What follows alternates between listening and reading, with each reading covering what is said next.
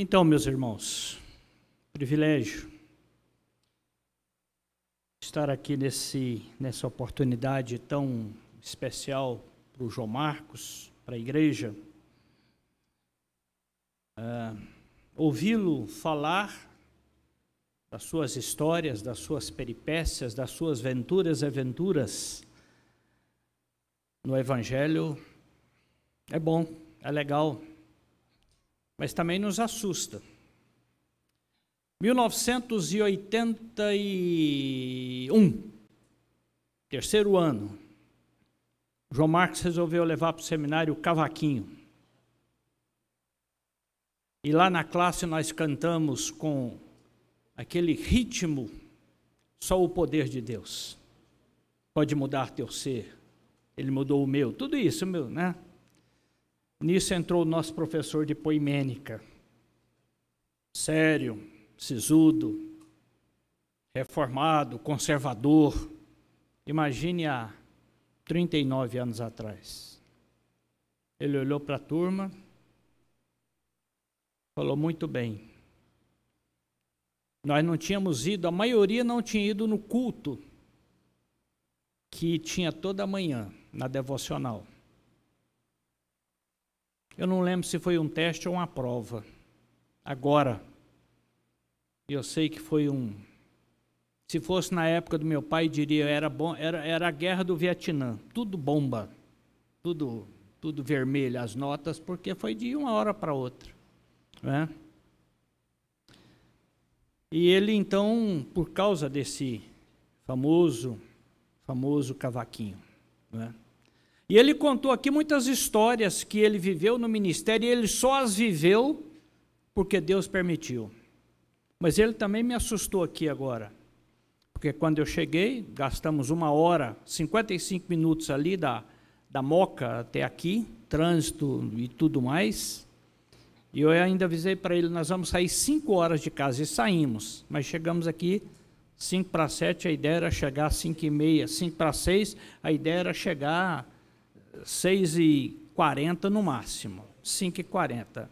Idade, tá vendo? A gente vai confundindo as coisas, né? Aliás, João Marcos, eu estava olhando você, não tem cabelo branco? Eu não sei, eu não entendo, né? Aliás, mais velho do que eu, né? Mas isso é apenas um mero detalhe. Mas ali assentado, vamos orar, vamos. Ele orou e agradeceu pelo tempo de caminhada, pelo tempo de começo, pelo tempo de ministério, e ele disse na oração, não sei se ele lembra, agora que o fim está chegando. Eu pensei, mas já está assim, né? E vale a pena lembrar que da nossa turma, ultimamente tem sido quase um por ano, né? E o ano passado morreu um dos colegas bom de bola que a gente tinha. Mas ainda bem que até agora, além de mim, João Marcos, só morreu o mais velho. Por enquanto ainda estou no lucro, né? Mas quando Deus chamar, nós estamos preparados para ser isso. João Marcos me disse que tem 2 seminaristas aqui, não tem? Parece que Samuel e Daniel, é isso? 2 profetas. João Marcos contou tanta história boa de igreja, né? Mas cuidado, meu irmão, tem muitos percalços. A verdade hoje, meus irmãos, nós começamos o ministério e às vezes vemos os nossos seminaristas tutelados saírem do seminário como doutores, como mestres, conhecendo teologia, citando muitos escritores, livros que a rodo e tudo mais, mas que alguns deles, ou muitos deles, não todos, não sabem pastorear, não sabem cuidar de ovelhas, não sabem abraçar os irmãos, não sabem ter paciência com os irmãos. São capazes de citar textos no hebraico, no grego, e são capazes de buscar citações e mais citações de escritores famosos, de teólogos, mas às vezes não sabe entender a dor de um irmão, de uma irmã, não sabe aconselhar um jovem casal ou velho vivendo dificuldades, aflições. É preciso que se preparem, mas se preparem com muito temor e com muito tremor diante de Deus.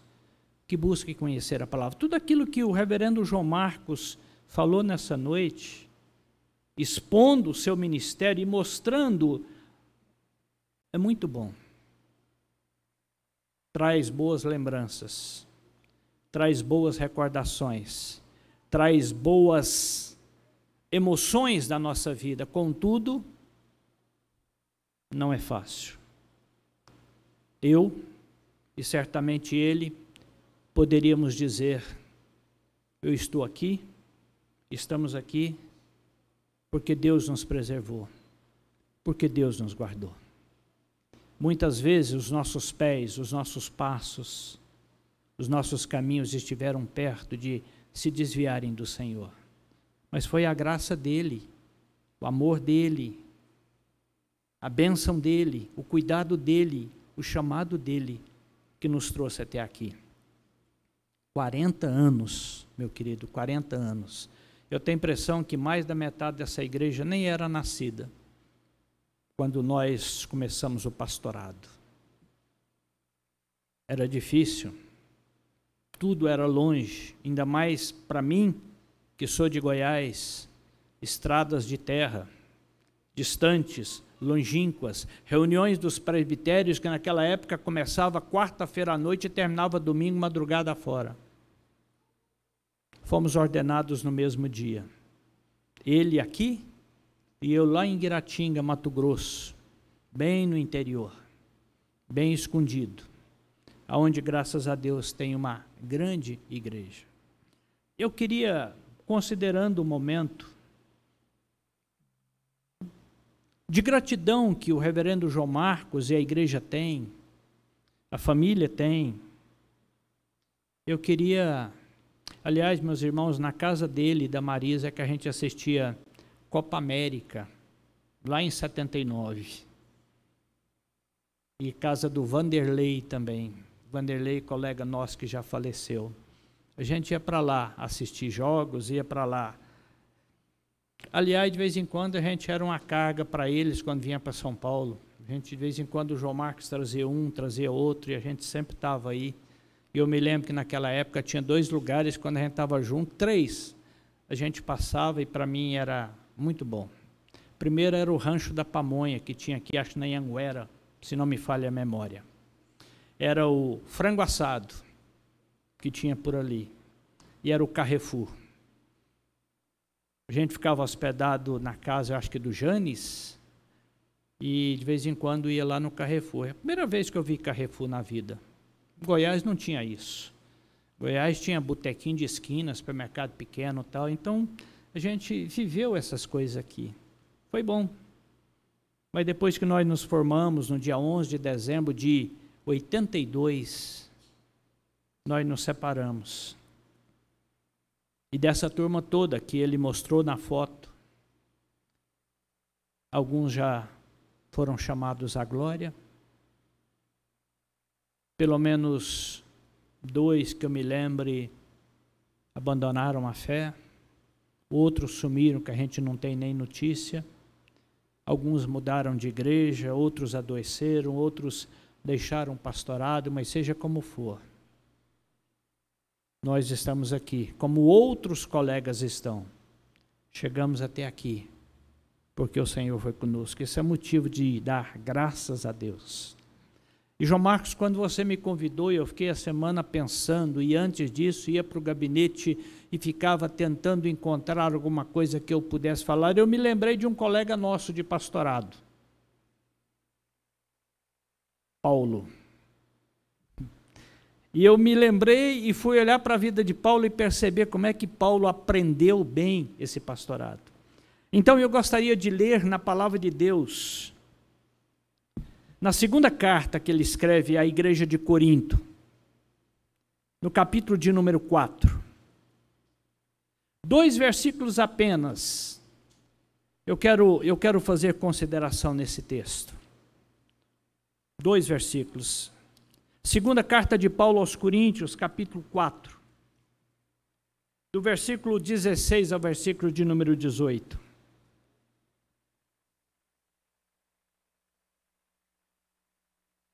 Diz assim: mesmo assentados, porém, de modo reverente e atento, olhemos para a palavra. Por isso não desanimamos. Pelo contrário, mesmo que o nosso corpo exterior se corrompa, contudo o nosso homem interior se renova dia em dia. Porque a nossa leve e momentânea tribulação produz para nós eterno peso de glória, acima de toda comparação. Não atentando nós nas coisas que se veem, mas nas que se não veem. Porque as coisas que se veem são temporais, e as que não se veem são eternas. Meus irmãos, essa é a esperança de um pastor. Essa é o gozo e a alegria de um pastor, que olha para as circunstâncias da vida, e hoje nós percebemos que, aliás, eu sempre digo que se eu pudesse voltar atrás, tem coisas que eu não diria, tem coisas que eu não deixaria de dizer, tem coisas que eu não fiz e faria, como tem coisas que eu fiz e que hoje eu jamais faria. Mas eu não posso voltar. O que eu posso, meu querido, é contar com a graça de Deus. O que o João Marcos pode e pôde é contar com a graça de Deus para poder pastorear, para poder cuidar do rebanho. Aliás, é isso que o próprio livro de Lucas relata de um encontro de Paulo com os presbíteros de Éfeso. Quando eles, então, ao ouvirem a despedida de Paulo, na qual ele diz: é certo, provavelmente nunca mais nos veremos, a Bíblia diz que então choraram ao abraçar Paulo. Mas lá no versículo 28, e eu não sei se você lembra, é o que está no nosso convite de casamento, de formatura. Atendei por vós, pelo rebanho, que o Espírito Santo vos constituiu bispo para pastoreardes a igreja do Senhor Jesus, a igreja que é dele. Então, meus queridos, eu gostaria de, antes da gente poder expor alguma coisa, orar ao Senhor. E eu quero que você curve a sua cabeça e clame para que Deus tenha misericórdia e conceda graça a todos nós. Pai querido, é em teu nome e é com a tua palavra aberta que nós queremos pensar sobre a palavra de Deus, na palavra de Deus, sobre o ministério de Paulo e o ministério que o Senhor nos deu a nós, pastores da igreja, para conduzir o rebanho como convém, com graça, com amor e com misericórdia. Então, Senhor Deus, ajuda-nos a entendermos que, pastoreando o rebanho, haveremos de dar contas ao Senhor, a quem esse rebanho pertence. Fala conosco, nos ensina. Ajuda-nos a compreender, ó Pai, as razões que levaram Paulo a chegar a esse momento e dizer o que ele disse. Não desanimamos, porque o Senhor estava com ele. João Marcos, eu e outros tantos colegas não desanimaram por causa da tua graça. E eu te peço, Senhor Deus, que aqueles que hão de começar o ministério também, sempre, Senhor, olhe para a igreja como propriedade do Senhor.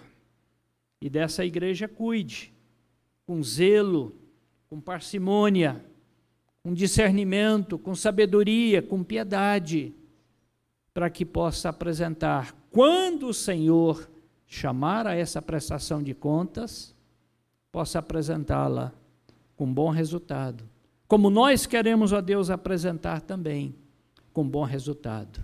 Então, em nome de Jesus, nós te pedimos, nos abençoe. Amém. Meus queridos, eu fiz menção do livro capítulo 20 do Evangelho de Atos. E aqui ele diz o seguinte: atendei por vós e por todo o rebanho sobre o qual Deus vos constituiu bispos para pastoreardes a igreja de Deus, a qual ele comprou com seu precioso sangue. O que o pastor deve fazer? Primeira coisa, ele deve estar atento à sua própria vida. Muitas vezes nós somos levados, instigados a olhar para a palavra de Deus, para buscar estudos, sermões, leituras que possam trazer à igreja edificação, consolo para alguém, esperança para alguém, exortação a alguém. Mas precisamos cuidar da nossa vida de maneira que, ao lê-la, nós encontramos para nós mesmos pastores. Lição, entendimento, ensino. Nós não podemos abrir mão disso. Então, o pastor precisa estar atento à sua própria vida. João Marcos esteve, o apóstolo Paulo esteve. Você também, por ser crente, deve cuidar da sua própria vida. A segunda coisa que esse texto nos fala é estar atento ao rebanho. Olhar para as necessidades, olhar para as dificuldades, olhar para os temores, ter paciência. Saber que muitas vezes existe no rebanho ovelhas que são turronas, ovelhas que emburram facilmente, ovelhas que facilmente reclamam, ovelhas que facilmente esquecem o caminho, ovelhas que facilmente se perdem ou buscam alimento em outro lugar. Temos de estar atento a isso. Temos de estar preocupados com isso. E a terceira coisa que ele diz nesse texto é que o pastor, ou o chamado, ou aquele que está na igreja de Deus, é cuidar dessa igreja, deve estar consciente da razão do seu ministério. Por que eu estou aqui? Não é apenas, meu querido, um desejo de presbíteros, de pastor, de famílias, de projetos humanos. Eu estou aqui porque Deus me chamou, porque Deus me trouxe. E eu vou permanecer até o momento que Deus quiser, porque a igreja é dele. Eu tenho um pastorado que foi dado por ele. Então, meu querido, sou eu cuidando das coisas de Deus, do rebanho do Senhor. E ainda que nenhum dia reconheço o que Deus tem feito ou o que Deus me permitiu fazer por alguém, o pastor tem de ter a consciência que é a Cristo, o Senhor da igreja, que ele vai prestar conta, porque o rebanho é dele, o rebanho é do Senhor. A igreja foi ele que constituiu, e é isso que ele diz: eu vou construir a minha igreja. O pastor precisa estar sempre consciente de que é servo. Quando eu fui apresentado o ano passado pelo reverendo Aguinaldo na igreja da Moca, e nós viemos do Rio Grande do Sul, onde nós estávamos, para cá, com quanto nós estivemos praticamente a vida toda em Goiás, os últimos 5 anos foram no Rio Grande do Sul. E quando nós fomos apresentados na Moca, o reverendo Aguinaldo nos apresentou e dizendo: esses aqui são os novos escravos, os novos servos do Senhor na igreja da Moca. É isso que nós somos servos do Senhor. É Ele que é o dono da nossa vida, é Ele que nos chamou. Então, quando a gente olha para a palavra de Deus, nós percebemos isso. E aqui Paulo está despedindo dos presbíteros, chorando com eles, orando com eles, abraçados com ele, misturando lágrimas, porque aquela foi a última vez que eles se encontraram. Cuidar do rebanho do Senhor. Mas eu quero fazer a leitura do texto lido numa versão na Bíblia, na linguagem de hoje, que diz da seguinte maneira: por isso nunca ficamos desanimados. Os irmãos vão perceber que Paulo está repetindo o que ele falou lá no versículo 1. Por isso não desanimamos. E aqui ele continua: ainda que o nosso corpo vá se gastando e o nosso espírito vai se renovando dia a dia, e essa pequena e passageira aflição que sentimos vai nos trazer uma enorme e eterna glória, muito maior do que as afrontas de momento. Porque nós não fixamos a nossa atenção nas coisas que se veem, mas nas que se não veem. O que pode ser visto dura apenas um pouco, mas o que não pode ser visto dura para sempre.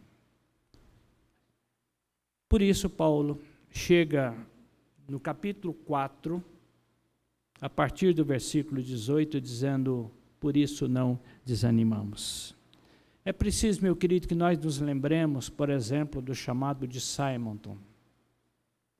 Simonton veio ao Brasil, e ele tinha um anseio no qual Simonton dizia, antes de ir ao seminário, que parece que eu não produzo, parece que eu não tenho frutos, parece que eu não consigo conquistar pessoas para Jesus. Então ele decide dedicar a sua vida ao estudo da palavra, à oração, à vida espiritual. Ele vai ao seminário, ele se forma e ele decide vir ao Brasil, conquanto tenha recebido muitos e muitos chamados para igrejas americanas. Alguém tenta demovê-lo dizendo: mas Simonton, é uma terra inóspita, é uma terra a ser desbravada, é uma terra ainda sem conhecimento e cultura. E ele diz: nenhum lugar é seguro, nenhum lugar é certo, nenhum lugar é valioso, se não for aonde Deus está. E se eu vou ao Brasil, é porque Deus vai comigo. Então, meus amados irmãos, quando nós olhamos para a palavra de Deus e para essas cartas, nós precisamos entender umas coisas. E antes de eu aplicar o texto, eu gostaria de dizer, Paulo escreve, nós sabemos disso, 3 cartas. Depois de chamado e no pastorado, Paulo escreve 3 cartas. Paulo, que nasceu no ano 5 e foi martirizado provavelmente no ano 67. Com 61, 62 anos de idade. E quando nós olhamos para essa carta de Corinto, o contexto que nós presenciamos é que após fundar, após criar essa igreja em Corinto, provavelmente no ano 51 e 52, conforme Atos 18, Paulo volta para Antioquia para continuar a sua segunda viagem missionária, ou para terminá-la. Um tempo depois, ele vai a Corinto, mais uma vez, para resolver alguns problemas que surgiram na igreja, descritos na primeira carta. E mesmo após a visita de Paulo, os problemas persistem, continuam. Havia dúvida sobre a legitimidade do ministério pastoral, do apostolado, do chamado, do que Paulo de fato podia fazer. E então, meus amados irmãos, isso dá e cria no coração do apóstolo Paulo uma tristeza imensa, profunda. Nós que somos pastores, quantas vezes não tem sido essa, ou não foi essa, o nosso sentimento? Uma tristeza quando algum irmão é exortado, é aconselhado, quando algum casal é chamado a atenção e a voltar para a palavra de Deus e persistem naquela decisão de não reconhecerem a palavra, de não obedecerem a palavra. Quantas vezes os crentes que teimam em agir de determinada maneira, traz ao coração pastoral tristeza. Paulo sentiu isso, Paulo sofreu isso. Mas, meu querido, Paulo envia Tito a Corinto, para cuidar da igreja, para falar da igreja, para aconselhar a igreja, para pastorear a igreja. E quando Paulo se encontra com Tito, depois, Paulo fica sabendo que os irmãos de Corinto haviam se arrependido, haviam sinceramente reconhecido o erro, haviam sinceramente diante de Deus pedido perdão, e isso enche o coração de Paulo de graça, de amor, de satisfação, de prazer, de alegria, de gozo. Aliás, Paulo até fica sabendo que os irmãos de Corinto declararam fidelidade a Paulo. Porque quando foram exortados, eles não quiseram reconhecer isso, mas depois fizeram isso. E eu me lembro daquele texto que diz que quando a disciplina é aplicada, no momento não parece motivo de alegria, nem de gozo, nem de contentamento. Meu querido, nós que fomos e somos e temos filhos, quantas vezes ao ser exortado pelos nossos pais, ou pelos nossos líderes, ou pelos nossos pastores, que o fazem com amor, com graça e com misericórdia, nós achamos ruim, nós reclamamos, nós emburramos, nós afastamos da igreja.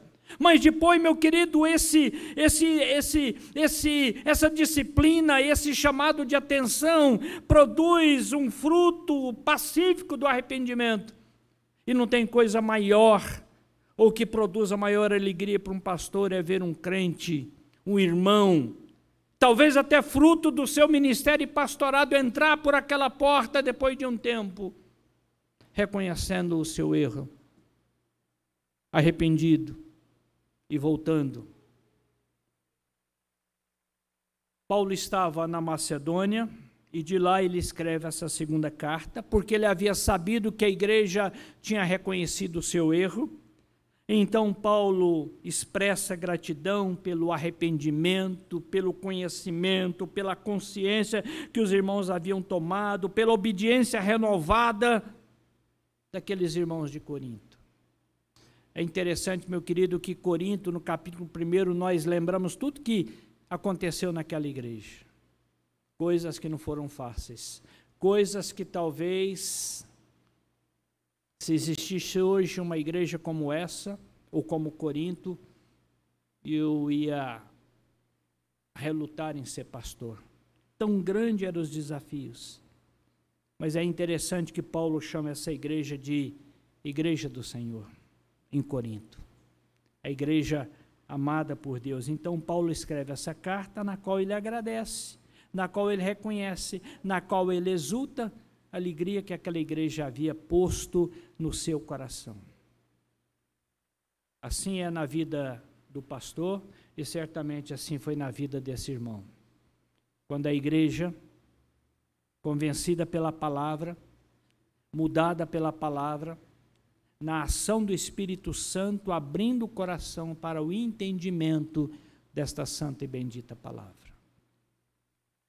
Lembram que em Atos 15, 16, a Bíblia diz que Lídia teve o coração aberto pelo Espírito, o Espírito lhe deu entendimento, o Espírito chamou, o Espírito tocou, de modo que aquela mulher piedosa já agora tivesse entendimento da palavra de Deus. Paulo já havia deixado muito claro as marcas de uma vida transformada e que experimentava a graça suficiente do Senhor. Aliás, Paulo é fruto disso.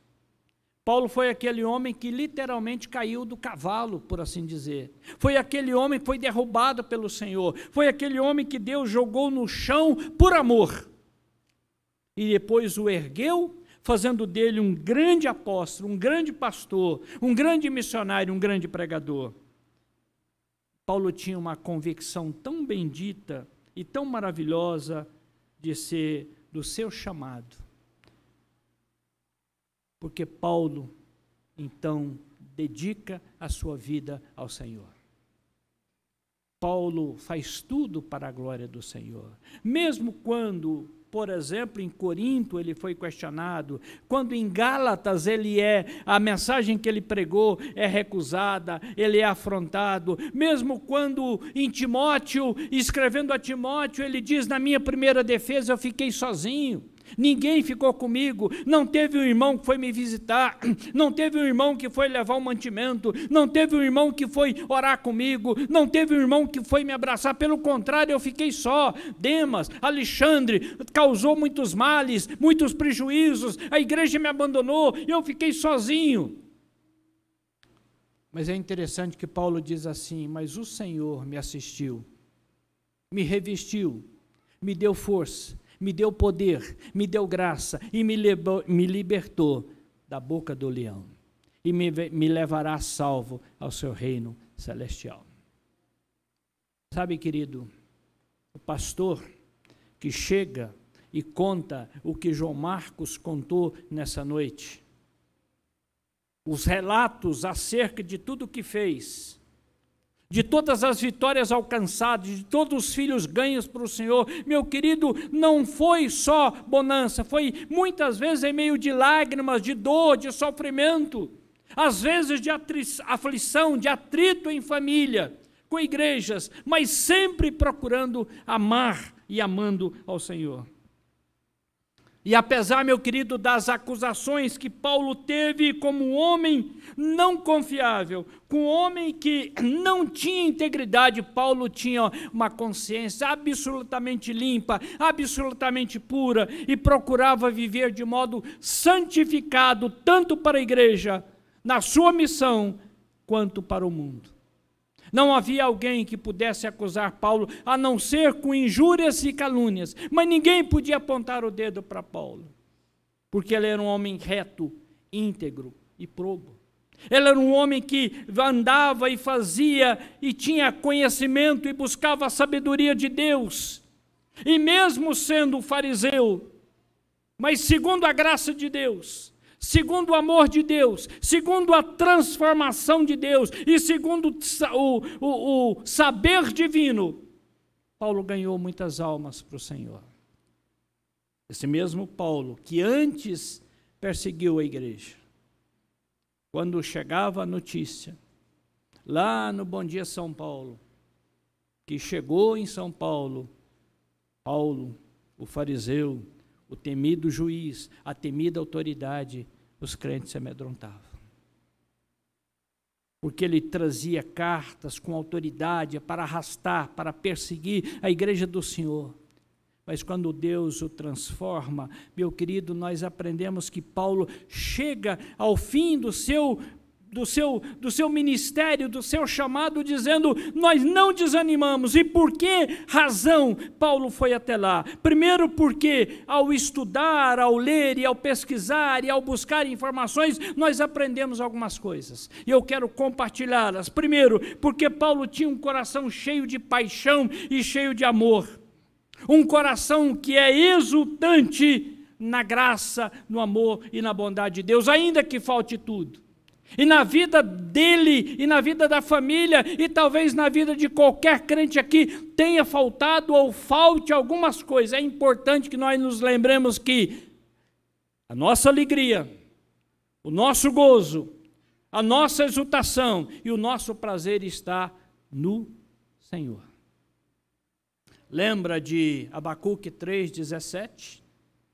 Ainda que a figueira não floresça, ainda que o fruto da oliveira não vingue, ainda que não haja gado, ainda que não haja ovelhas, ainda que não haja mantimento, ainda que não haja nada, situação miserável, desgraçada, conflitante. Contudo, Abacuque diz, mas eu exulto, eu me alegro no Deus da minha salvação. Meu querido, o que o apóstolo Paulo tinha era a convicção exata de que um pastor precisa ter, de que ele teve, de que eu preciso ter e de que você, meu irmão, precisa ter. A convicção de que amamos ao Senhor, queremos ao Senhor e precisamos honrar ao Senhor sempre. Então Paulo tem esse amor pastoral, que desejava o benefício dos irmãos, desejava que eles crescessem, desejava que eles desenvolvessem. Paulo trabalhava para ganhar almas para Jesus, e uma demonstração desse benefício que nós podemos produzir na vida de alguém, meus irmãos, é assistir, visitar, discipular, instruir, para que cresçam na fé e no conhecimento. E por isso Paulo passa 18 meses estudando, mostrando, ensinando, advertindo, trazendo conhecimento e graça a esses irmãos. Ele, João Marcos e eu, fazemos parte de uma geração de pastores, digamos, antigos. Visitar. Esses dias eu disse lá na igreja que nós chegamos para visitar as famílias. Ir na sua casa, eu disse lá na igreja. Nós queremos estar com você. Nós queremos conversar e orar com você. Nós queremos beber um cafezinho com você. Se tiver algum implemento ou complemento, tudo bem. Nem que seja um cafezinho corajoso, aquele cafezinho que vem só, com mais nenhum acompanhante. Não tem importância, nós queremos estar com você. E às vezes eu digo, quero ir na sua casa. Não é obrigado servir um café, mas também não é proibido. Fique à vontade. Estar juntos, conversar, orar, jogar a conversa fora, sabe, considerar a bondade de Deus, o amor de Deus, considerar a misericórdia de Deus. E pelo que o João Marcos contou aqui hoje, ele só fez isso porque, meu querido, ama aquilo que Deus lhe deu para fazer. Na minha vida eu digo, eu não saberia fazer outra coisa. Eu de vez em quando eu gosto de dizer que eu não tenho toque, não tenho. Mas eu entro num supermercado, numa farmácia, enquanto eu tô esperando na fila, sabe, aqueles produtos que na frente está faltando, o produto está lá atrás. Minha irmã tem supermercado em Anápolis, então eu vou lá no supermercado dela, eu chego já arrumando produto, é o detergente que alguém pegou da frente, o outro ficou o vaso, então eu gosto de arrumar tal, e fazer isso tal, não é? Eu gosto de ver as coisas bem feitas. Paulo tinha, meu querido, um desejo, uma intenção, um amor, de ver os crentes crescerem, se solidificarem, se firmarem e andarem na presença de Deus. E então Paulo requer com seu amor que sejam fiéis, e a Bíblia diz que não há alegria, maior gozo na vida de um pastor, do que ver o crente, um filho seu na fé, crescer, desenvolver e amadurecer. Qual foi a razão desse êxito de Paulo? Por que Paulo chegou ao final do ministério, do pastorado, do apostolado, e ele diz, não desanimamos. Sabe, queridos, fomos ordenados no mesmo dia, 40 anos de ministério, e teve dia que eu quis, perdoe-me a palavra, chutar o balde. Teve dias que eu queria trocar uns 3, 4 crentes da igreja por outros. Dava 4 desse aqui, pode vir só um de lá, porque já não aguentava mais. Esses dias eu não falei para, não sei, esse dia, algum tempo atrás, tinha um irmão na igreja que era diácono, lá numa igreja que eu pastoreei, e esse irmão fumava. Ah, pastor, você precisa largar de fumar, não dou conta. E um dia eu estava meio sem paciência, e diz assim, pastor, ora por mim, para eu largar de fumar. Eu falei, olha, o que você precisa fazer é tomar vergonha na cara. É só isso, toma vergonha e toma uma atitude. Anos depois, um dia o telefone toca, eu atendi, número desconhecido, é o pastor Gênesis, meu nome é Jenner, né? Eu falei, sabe quem está falando? Não, aqui é o fulano. Eu não lembrava quem era esse fulano. Eu estou ligando para o senhor para falar que eu tomei vergonha. Aí que eu fiquei mais sem entender do que se passava. Aí eu disse, lembra quando eu falei para o senhor do cigarro tal, e o senhor falou que era para tomar vergonha? Então estou ligando para o senhor. Isso, meu querido, talvez uns 15 anos depois, ou mais do que isso, eu estou ligando para dizer que eu tomei vergonha. Falei, graças a Deus. Que coisa boa, que alegria, que contentamento. Paulo vai ter os seus frutos, vai ter o seu ministério, mas por que ele faz? Porque Paulo tinha, meus irmãos, um otimismo indestrutível, inabalável, inquestionável, inarredável.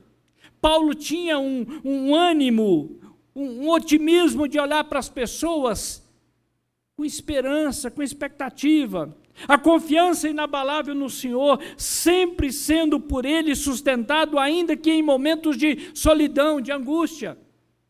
Muitas vezes, meu querido, o pastor precisa ter, e certamente esse irmão teve, e certamente você ou qualquer crente precisa ter um otimismo indestrutível, inarredável, de que nós vamos chegar lá.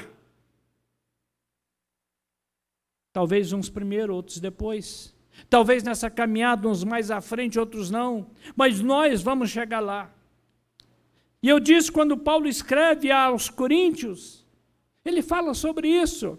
Quando Paulo escreve também no capítulo 9, no capítulo 4, versículo 9, quando ele fala do sofrimento, Paulo fala de um espinho na carne, o que era eu não sei. Há conjecturas, há fantasias acerca disso, mas independente, precisamos entender, o pastor precisa entender, e Paulo entendeu que o sofrimento aperfeiçoa o nosso caráter. Meu querido, quando Deus não nos dá alguma coisa, é porque Ele está querendo que nós dependamos dEle, que nós o busquemos, que nós o confiemos, ou que nós confiemos. Porque se eu tenho dinheiro para sustentar a minha família, porque se eu tenho carro para ir e vir, porque se eu tenho um emprego garantido, meu querido, muitas vezes é fácil eu me afastar do Senhor. E é interessante que Paulo diz, por causa das minhas visões, da situação que eu vivi, para que eu não ficasse soberbo e achando que eu fosse o melhor de todos, envaidecido, me foi colocado um espinho na carne. Porque Paulo aprende que sofrimento aperfeiçoa o caráter. Nós precisamos ser assim. João Marcos certamente muitas vezes aprendeu isso, a duras penas. Sabe, mesmo quando parece que Deus age contra nós, Ele está agindo em nosso favor.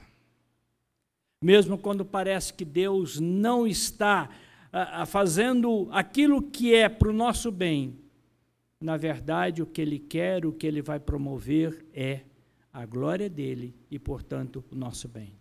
E nós aprendemos que Deus tem apenas não um conhecimento infinito de tudo, mas Ele tem uma vontade livre para fazer tudo o que quer. Então, meu querido, nem sempre nós desejamos o melhor. Nós, como pastores, nem sempre desejamos o melhor. Nós, como pastores, nem sempre queremos o melhor. Nós, como pastores, nem sempre ansiamos pelo melhor. Embora para nós o seja, mas Deus é que sabe. E precisamos lembrar que nós dependemos totalmente do Senhor. O pastorado é dele, foi Ele que me chamou, foi Ele que me vocacionou, foi Ele que me trouxe. Hoje de manhã eu falei com um colega de ministério, colega nosso de seminário, que fez um pouco conosco, depois foi para o norte, fazendo aniversário hoje, também ordenado no mesmo dia que eu, e sem nos conhecermos, viajamos de Goiás, naquela época, para cá, para o seminário, no mesmo ônibus, mas nós não nos conhecíamos, embora tenhamos sido examinados na mesma reunião do presbitério, lá em 79, em Mineiros, no interior de Goiás. E hoje, falando com ele, ele diz, eu estou muito triste. Eu falei, então se alegre no Senhor. 40 anos de ministério, fiel, abençoado, provitivo, frutífero, não é para qualquer um, é para aqueles que Deus cuida. Chegar João Marcos aos 40 anos de ministério, não é porque você quis, é porque Deus colocou esse desejo no seu coração. Então Paulo tinha esse otimismo, tinha problemas, tinha dificuldades, mas ele estava animado em fazer isso. A segunda coisa é que Paulo sempre foi um homem que teve triunfo, e a vitória de Paulo sempre é perene. Ela sempre acontece, não é de uma época ou outra, não é uma vitória sazonal, não é um triunfo momentâneo. Aliás, meu querido, na vida de Paulo, Deus é o sujeito e Paulo é o objeto. E se Paulo chegou até ali, a vitória, a graça, o poder e o amor de Deus opera na sua vida. E quando nós olhamos para isso, nós fazemos uma analogia e lembramos que em Roma, para os romanos, os triunfos que a tropa romana, o exército romano alcançava, ele entrava com triunfo e trazendo lá atrás o seu despojo de guerra, aqueles que foram vencidos. Meu querido, fazendo essa analogia com o Senhor, imaginamos que, como servos de Cristo, o grande vencedor, o cristianismo e o apostolado de Paulo era marcado por um êxito sempre maior, porque ele cria no Senhor. Meu querido, muitas vezes nós não temos vitórias para celebrar. Muitas vezes nós perdemos batalhas, mas não importa, porque nós fazemos parte de um time vencedor, um time do Senhor Jesus. Aliás, me permita citar aqui eu não sei se aqui alguém fez o álbum da figurinha da Copa. Eu fiz. E acabou que alguns irmãos da igreja também fizeram, inclusive presbíteros. E disseram que era para os filhos. Tá? E eu recebi a ligação, tem a figurinha tal, tem a tal, tem, vamos trocando, tal. Ainda ontem eu dei umas... Tá, completamos o álbum. Mas eu estava dizendo, e sempre que eu conversava com algum dos meninos que eu dava figurinha, ou trocava dessas seleções famosas que foram para a Copa, eu dizia, ninguém sabe quem vai ganhar. Mas você e eu já fazemos parte de um time vencedor, o time de Jesus, o time do Senhor, o time daquele que venceu e já declarou a vitória, já decretou a vitória, e ele virá acima apenas e tão somente para consumá-la, quando ele vier na segunda vez. Então Paulo sempre tinha esse triunfo, essa vitória de arrebentar cadeias, de libertar pessoas, de transformar vidas e de alcançar através do poder de Jesus almas para o Senhor Jesus. E quando o João Marcos estava aqui falando sobre isso, eu estava me lembrando de Paulo, quando ele prega o Evangelho e quando ele não perde as oportunidades. Paulo estava preso em Roma, ao lado dele sempre um soldado romano vigiando, e eu tenho a impressão que Paulo todo dia, quando trocava a guarda, ou quando chegava um guarda que estava repetido, Paulo olhava para ele e dizia, e aí, tudo bem? Tudo bem? Pensou no que eu te falei? Ou se era um novo, Paulo aproveitava e dizia, eu não sou prisioneiro de César, eu já te falei de Jesus, eu quero falar do amor de Deus, da graça de Deus. E foi, meu querido, em prisões romanas que Paulo pregou o Evangelho. E foi em prisões romanas que pessoas foram convertidas. E é, meu querido, através de um momento de muita dificuldade e luta, em que nós somos mais do que vencedores, porque Cristo venceu. 40 anos de ministério é motivo de louvor, de gratidão. É para o coral cantar 10 músicas. Enquanto ele senta, o ministério de louvor canta mais 10. E eles descansados cantam mais, e leituras são lidas, bíblicas são lidas, mãos são erguidas, orações são feitas, louvores são proclamados, porque afinal das contas, meus irmãos, chegar até aqui é pela graça, pelo amor, pela bondade e pela misericórdia do Senhor.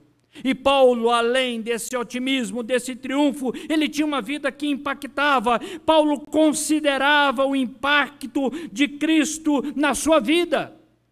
Ele que antes perseguia, agora olhava para as pessoas e lembrava do que Jesus causou na sua vida, e ele se lembrava que ele era o sal, ele se lembrava que ele era o bom perfume, ele era a luz, ele se lembrava que no seu ministério, quando se prega a palavra de Deus, espalhamos um cheiro de vida, transformamos vidas, reconstruímos vidas, e foi isso que aconteceu na vida de Paulo, é isso que aconteceu na vida do pastor de vocês. Vidas transformadas. Porque a palavra de Deus é impactante. Nós cantamos agora mesmo uma música que me lembrou tempos antigos, aliás, duas. A primeira que foi cantada sobre a Ele damos glória. E a segunda é essa, quando ele estendeu sua mão para mim. Eu era pobre, perdido, pecador, sem noção, sem rumo, condenado. Mas Deus transformou a minha vida e Paulo sabia disso. Esse impacto que a palavra de Deus faz. Nós, pastores, você, meu irmão, prega a palavra, insta, fala para o seu vizinho, fala para a sua família, fala para a sua sogra, fala para o seu genro, fala para a sua nora. anuncie a graça de Deus e vai transformar. Mas Paulo também, além disso, tinha um caráter, uma integridade, uma lisura, tinha uma personalidade, meu querido, que era indiscutível.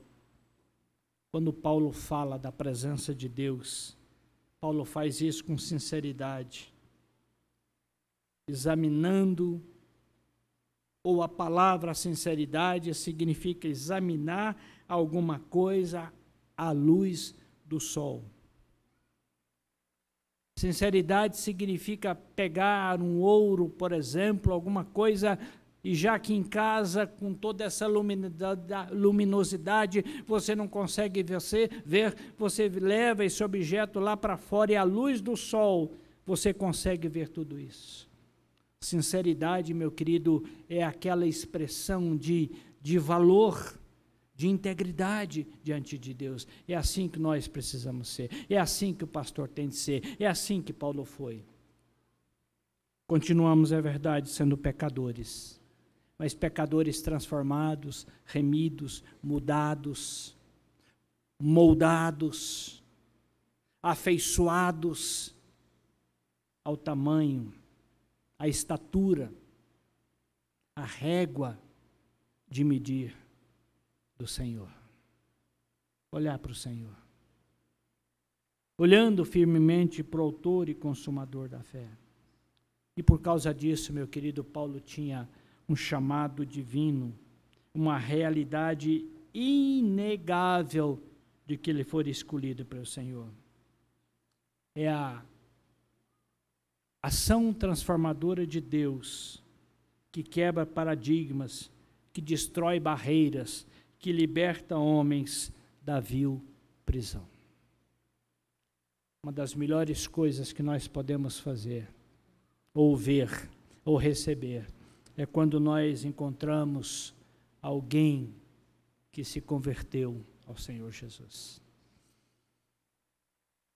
Certa vez nós estávamos numa casa, fazendo um culto de evangelização numa terça-feira. Entre o vão de uma porta e outra estava uma senhora baixinha, magrinha. A gente fez o culto. Terminado o culto, aquela senhora, na hora do cafezinho, veio falar comigo: pastor, eu vou virar crente. Exatamente assim, eu vou virar crente. E essa senhora virou crente. Eu fiz a profissão de fé, fiz o batizado, ela perdeu uma filha doente, ela passou muitas dificuldades na vida. Eu não sei onde essa irmã está hoje.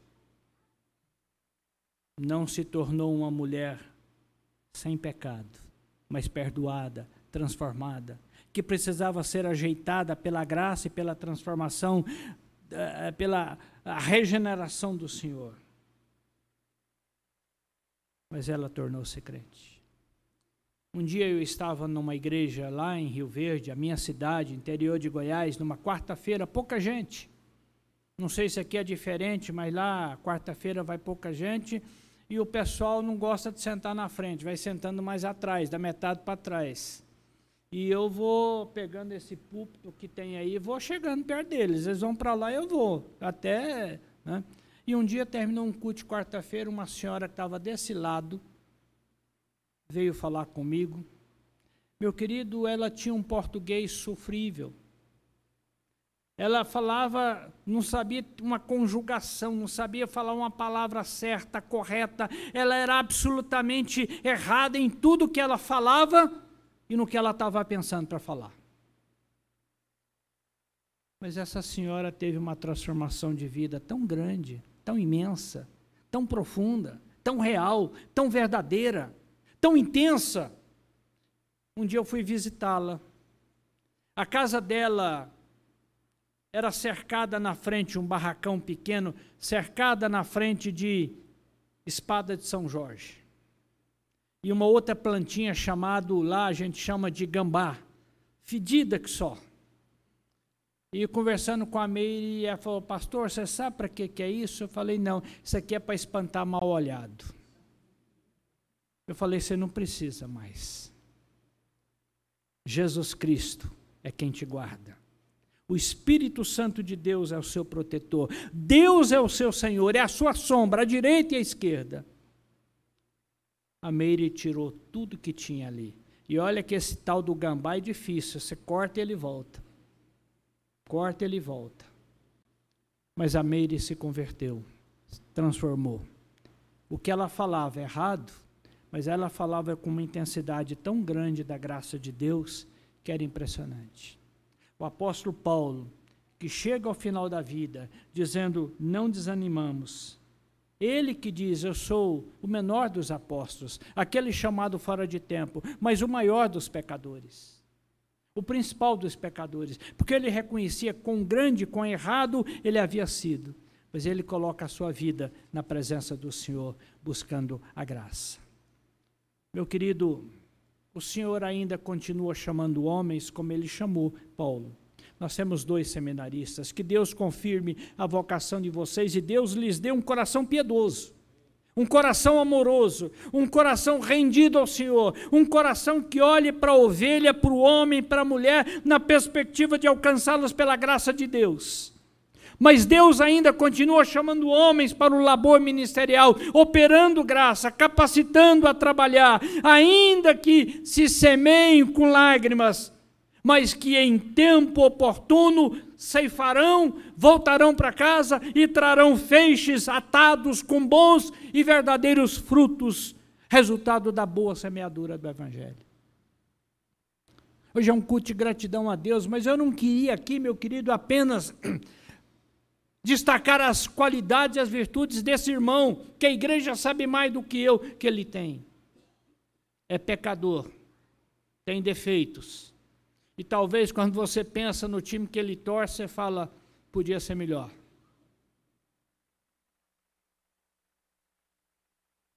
Ninguém é perfeito. E ninguém será perfeito, até que chegue aquele dia glorioso, em que a gente apresentará ao Senhor o fruto do nosso labor, do nosso trabalho. Meu querido João Marcos, 40 anos.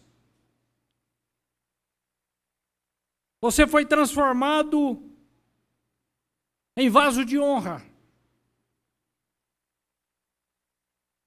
E você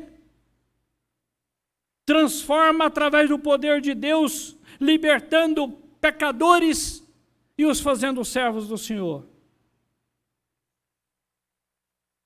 E é Deus quem transforma pecadores em pastores, a proclamar as virtudes do Rei dos Reis e do Senhor dos Senhores. Eu não sei se você já viu aquela ilustração em que o incrédulo, um homem que não temia Deus, ou que quem sabe fosse até um crente não muito marca boa, de bom calibre, de bom timbre, de boa fé, disse a um irmãozinho da igreja, você acredita mesmo em milagres? Você acredita que Jesus transforma mesmo vidas? Você acredita que Jesus mesmo faz isso, aquilo? Ele diz, eu acredito. Você acredita que Jesus transforma ou transformou pão? Ou multiplicou pães, peixes, água em vinho? Ele diz, eu creio. E a prova está lá em casa. Ele diz, como? E o irmão simples, humilde, porém crente, piedoso, diz assim, o Senhor transformou na minha casa cachaça em comida. O Senhor transformou ódio e brigas em amor. O Senhor transformou conflitos em ações de solidariedade. O Senhor transformou trevas em luz. O Senhor transformou perdição e condenação em salvação e libertação. Essa é a prova de que Deus opera milagres, faz milagres. E é isso que nós precisamos anunciar. E certamente João Marcos pode contar, além das histórias que ele contou hoje, muitas outras, de vidas que se renderam ao Senhor. Mas por quê? Porque Deus o chamou, o capacitou e lhe deu o ministério. Foi em fevereiro, me parece que próximo do dia 15, que nós chegamos em Campinas. Fevereiro de 79. Jovens pastores, jovens seminaristas, alguns nem tanto.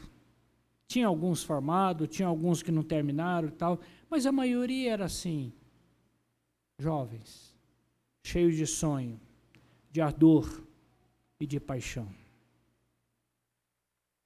E Deus foi trabalhando, burilando, e hoje, meu querido,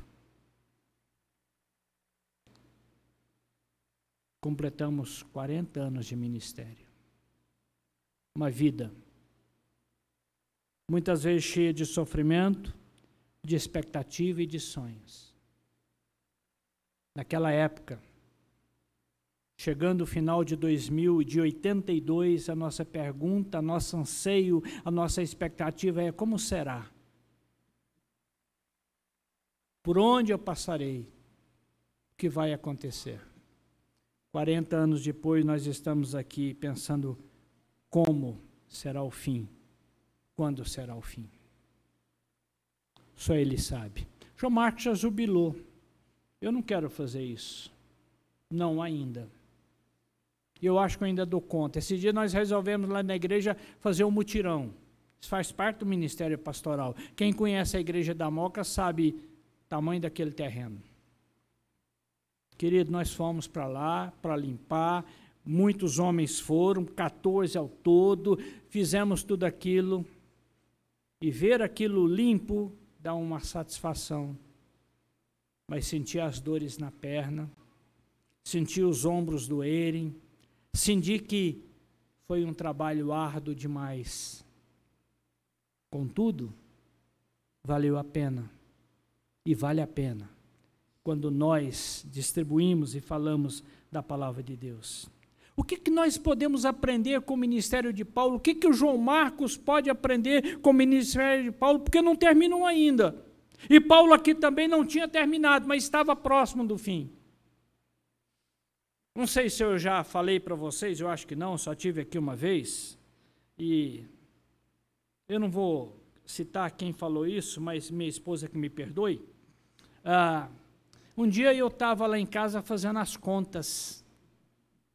Pensei na minha idade e considerando ainda, indo lá e imaginando que como é que chama? A perspectiva de vida tem aumentado e eu aumentei o máximo possível, né? Eu ainda falei um juro e disse aqui ainda dá mais uns dias, tal, umas horas, tal. Aí eu cheguei à conclusão e diz o seguinte: eu acho que eu já cheguei no topo. Agora é ladeira abaixo. A minha esposa amorosa, sábia, olhou para mim e diz assim: eu também acho. Eu fiquei pensando, estou assim. É assim. É assim que a vida vai.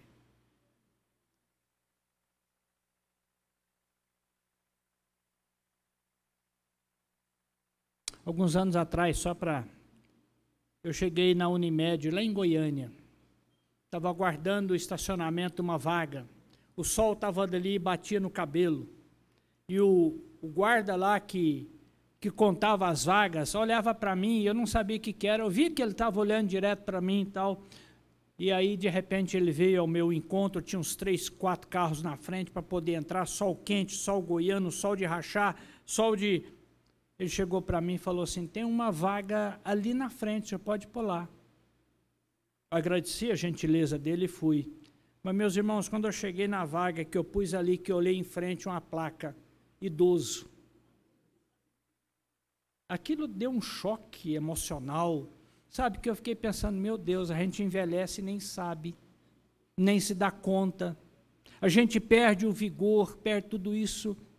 Mas no ministério, Paulo continua, e é interessante que depois de tudo isso, de sofrer tudo isso, de pastorear por tanto tempo, e de enfrentar tantas dificuldades, e aqui no capítulo 4, ele diz de aflições, de perseguições, de açoites, de varadas, de porretes que ele tomou, de naufrágio, de picado de cobra, de perseguição, de tentativa de assassinato, de tudo isso. Paulo diz, eu não desanimo. Eu não desanimo. Por que eu não desanimo? E aí Paulo vai dizer, e é o texto que nós lemos. Porque, meu querido, embora o nosso corpo exterior se corrompa, embora nós entremos num processo de definhamento, embora nós entremos e caminhemos todas as vidas, percebendo toda a vida, percebendo que o nosso vigor se esvai, que o nosso corpo não tem mais aquela beleza, não tem mais aquele esplendor, que nós já não somos tão jovens, tão bonitos, tão cativantes, tão impactantes. A força corporal se esvai, o homem, o pastor sofre esses processos de perda, de beleza, de força. Meu querido, ao mesmo tempo é natural que a nossa alma continue a crescer e a crescer e a crescer. Enquanto eu envelheço, o meu espírito diante do Senhor se renova. E é por isso que a palavra de Deus diz que as forças, ou o vigor, ou a vitória não é do forte, não é do poderoso. A vitória não é daquele que corre mais, a vitória não é daquele que tem olhos de águia, a vitória não é daqueles que são capazes de saltar mais alto ou de carregar mais, a vitória é daqueles que confiam no Senhor. E Paulo está dizendo, por isso eu não desanimo, embora o meu corpo definhe, embora o meu corpo enfraqueça, o meu espírito se renova. A alma continua crescendo diante de Deus. Meu querido, os sofrimentos que debilitam, os sofrimentos que causam dor ao corpo do homem também fortalecem as fibras da alma e tornam a sua fé inabalável, provada e triunfante. É só quando nós somos provados, é quando nós somos testados e quando nós enfrentamos, como aqueles jovens de Daniel, a fogueira. Nós sabemos que nós somos capazes porque Deus nos capacita, porque Deus nos dá a vitória. E o apóstolo Paulo então chega a esse momento de dizer, não desanimamos, nós não enfraquecemos, nós não deixamos de percorrer a carreira cristã. É por isso, João Marcos, se você chega aqui, porque creu no Senhor, porque cresceu no Senhor, porque aquele problema que o fez chorar, lamentar, aquele problema que o fez entristecer, aquele problema que o fez pensar, quem sabe, em desejar, parar, largar e cuidar da sua vida, fez você crescer, porque Deus instruiu você. E hoje, você chega 40 anos depois, como eu chego, como quem sabe esses colegas chegarão, certos de que servem e amam ao Senhor. É natural que a vida nos marque, mas é importante que nós nos lembremos que a nossa vida precisa estar na presença do Senhor. A segunda coisa que eu aprendo nesse texto, quando Paulo fala, não está apenas e simplesmente convencido de que algo está acontecendo, ele está mostrando que a glória que ele tem no futuro é maior do que a de agora. Lá na Roma ou lá em Corinto, as pessoas corriam por uma coroa que podia ser roubada. O Brasil, quando foi campeão em 1970, ganhou uma taça, mas essa taça foi roubada e foi derretida. A coroa de louro que se ganhava alguém que corria e corria com perseverança e segundo as normas atléticas, recebia uma coroa que murchava. Mas a glória que está reservada àqueles que são fiéis ao Senhor é imarcessível. Tem peso eterno, tem peso de eternidade. E Paulo estava seguro e certo de que Deus jamais o deixaria com dúvida acerca do amor e da bondade de Deus. Cristo nunca falou da sua morte sem falar da sua ressurreição. Sempre que Cristo falava de que ele se daria, ele fala de que ele também ressurgiria ao terceiro dia. Portanto, meus amados irmãos, reverendo João Marcos, o que você tem e o que você vai receber do Senhor será o compartilhar da glória dele. E a própria glória está com o Senhor, que lhe dará certamente a boa coroa. O ministério é assim. E em terceiro lugar, considerando o texto, Paulo diz: nós não desanimamos, porque os olhos do homem devem estar sempre fitos e atentos naquilo que não se vê. O nosso corpo cansa, mas o espírito se renova. A momentânea tribulação, aflição, e quando a gente olha para isso e vê tudo aquilo que Paulo sofreu, era muito. Mas Paulo tinha tanta certeza e havia crescido tanto com o Senhor e no seu pastorado e no seu ministério que ele diz: é momentâneo, isso passa logo, não vai durar muito tempo. Mas ele também diz que os homens veem, ou melhor, os olhos dos homens devem estar sempre fitos naquilo que não se vê, na glória que não se percebe, naquilo que não se tem. Porque as coisas, a glória e o sucesso e os aplausos deste mundo têm o seu dia e de repente, de uma hora para outra, deixa de existir. Mas as coisas que pertencem aos céus permanecem para sempre. O ministério foi Deus quem te deu. Foi Deus quem te chamou. E Ele não te chamou aqui na Vila Buenos Aires, num dia qualquer, num dia de avivamento. Aquilo foi momentâneo ou no presente, mas Deus o chamou na eternidade. Deus o escolheu lá atrás. Deus fez de você, conhecendo a sua vida e tendo soberania, chamado ministro, para ser ministro. Então, meu querido irmão João Marcos, que você possa dizer, como o próprio apóstolo Paulo disse: combati o bom combate, terminei a corrida e guardei a fé.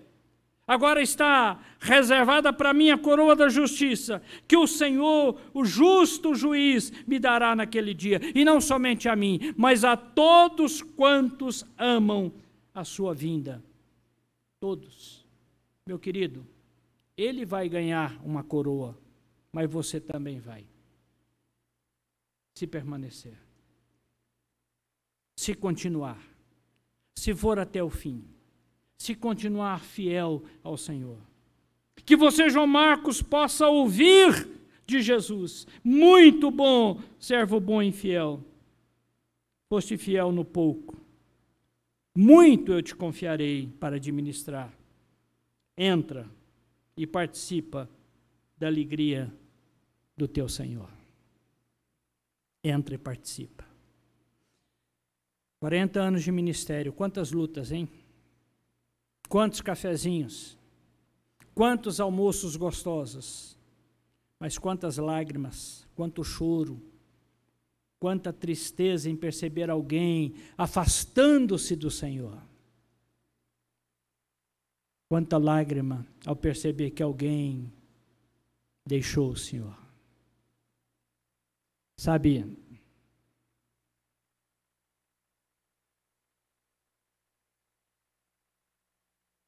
Jim Elliot, vocês devem conhecer a história dele. Com menos de 30 anos, em 1956,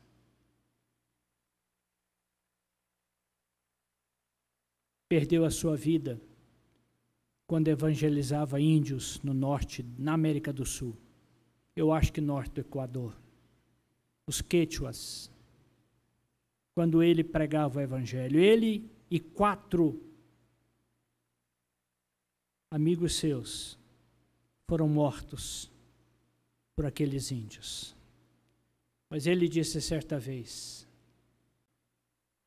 não é tolo aquele que larga o que não pode segurar, para segurar o que não pode perder.